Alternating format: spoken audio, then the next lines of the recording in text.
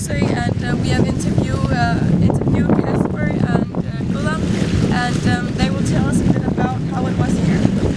Yeah, we have seen Samsø, and we will talk about how the renewable energy is here. So we will see further when Kasper and Gulam speaks about it.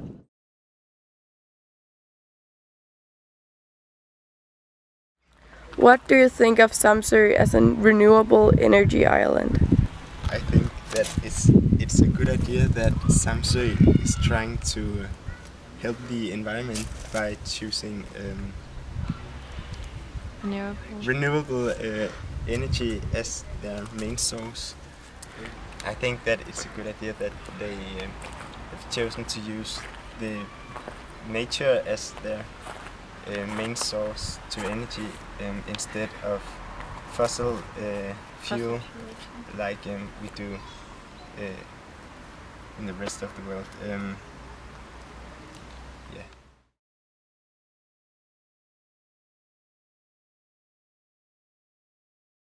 What do you think about the trip to Samsø? How was it different from at home? I think the trip to Samsø was something new and something I never tried before. It was an experience where you could see new sources like windmills and solar energy. I think that it's very different from at home, because at home it's like a metropolis with big cities and cars everywhere, but here it's like more energy and more green, more economical things, so it's like more healthier, if you could say it that way, here than at home.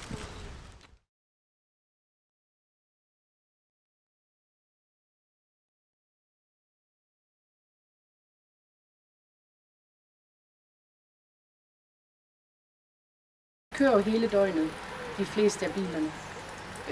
Og det er sådan, at de bliver sat til opladning lige så snart vi har mere end et kvarters pause.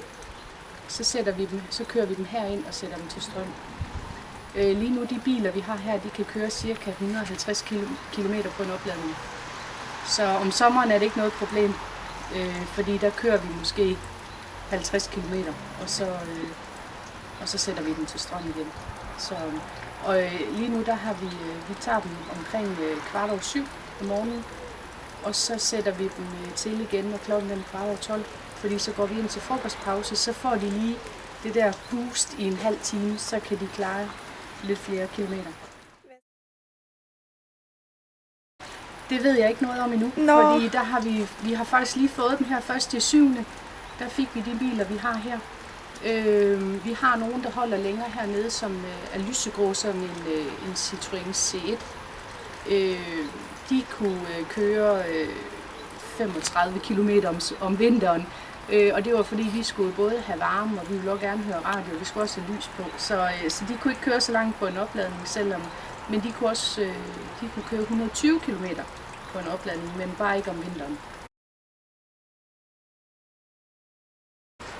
Den er faktisk rigtig behagelig. Man skal hele tiden tænke på, at du har ikke noget venstre ben, fordi det er automatgear, der er i forhold til vores egen biler.